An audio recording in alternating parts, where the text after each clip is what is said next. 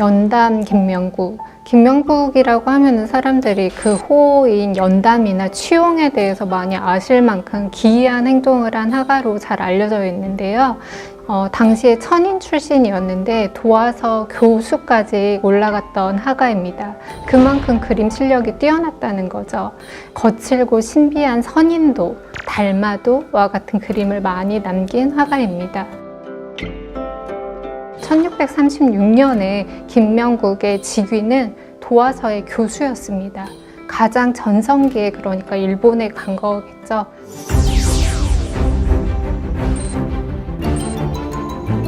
1636년 이후 1643년 갔을 때 통신사 절목을 보면은 일본 측에서 꼭 김명국을 와달라고 요청하는 게 있었습니다. 그래서 그 당시 이제 2명의 화원이 간 경우가 그 1643년 통신사 행렬에서만 유일했습니다. 그리고 일본 사람들은 그 시기에 선종화에 대한 관심과 애호가 높았습니다. 근데 김명국이 그들의 취향에 딱 맞게 됩니다. 그러면서 김명국의 이런 필선은 정말 신묘하다. 한 조각이라도 얻고 싶다. 소문에 소문을 더하면서 많은 일본인들이 그의 그림을 얻고자 했습니다.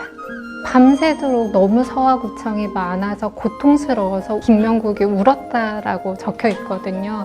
그만큼 김명국이 조선통신사로서 하원이 할 수 있는 최대의 역할을 다했습니다. 즉, 일본의 관료들이랑 중인 상인들이 원했던 그림들을 모두 그려주려고 노력을 했습니다. 조선통신사의 역할과 기능을 평가하는 것엔 크게 두 가지로 보고 있는데, 하나는 외교적인 측면하고 하나는 문화적인 측면으로 나눠서 보고 있습니다. 조선통신사를 문화교류로 칭하는 것은 1636년 병자통신사 수행하원 김명국부터입니다. 명국이 통신사를 따라서 일본에 갔더니 온 나라가 물결일들 떠들썩하여 명국의 그림이라면 한 조각의 종이도 큰 구슬을 얻은 것처럼 여겼다. 그 당시에 한류의 어떤 붐을 일으켰던 장본인이라 볼 수 있는 그런 내용이 아닐까 싶습니다. 김명국이 일본에 그려남긴 그림들은 거친 필치로 흑백 대비가 굉장히 심한 문법을 사용하고 간필이 특징입니다.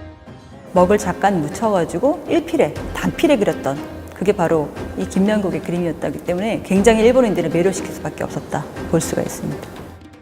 붓을 이자로 저자로 들고 그린 것이 아니고 붓 한 자루를 들고 일본의 그 문사들 다 있는 앞에서 1필2지로 그림을 그린 겁니다. 그걸 눈앞에서 생생하게 펼쳐졌다 생각해 보십시오. 눈을 떼지 못한 즉그 공연도 아니고 굉장했을 것입니다. 이 퍼포먼스 자체는. 이 중에서 가장 대표적인 그림이 바로 병자성신사행 때 그렸던 달마도가 대표적이라 볼 수가 있는데, 달마의 눈썹에서 첫 붓질이 시작되어서 얼굴 표현부터 흘러내리는 눈, 코, 입과 머리 두건부터 또 가사부터 그런 표현과 얼굴은 연한 단무구를 사용해서 그리고 또 수염을 제외하면 총 30획 정도의 붓질로 얼굴을 그려내었습니다.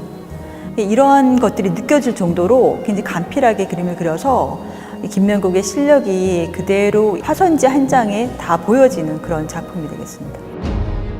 또 하나가 이제 구성면에서는 이 비율이 되게 탁월하게 보여지는데, 위에 상단 부분은 화제를 받을 것을 생각해서 비워두고, 그리고 중단과 하단을 통해서 그림을 그리고 일본의 문사가 여기다 화제를 쓸 것을 기대를 했겠죠. 그러면서 어쩌면 그림 한 장으로 인해서 이 조선인과 일본 문사들이 문화 교류를 펼치게 한 장본이기도 합니다.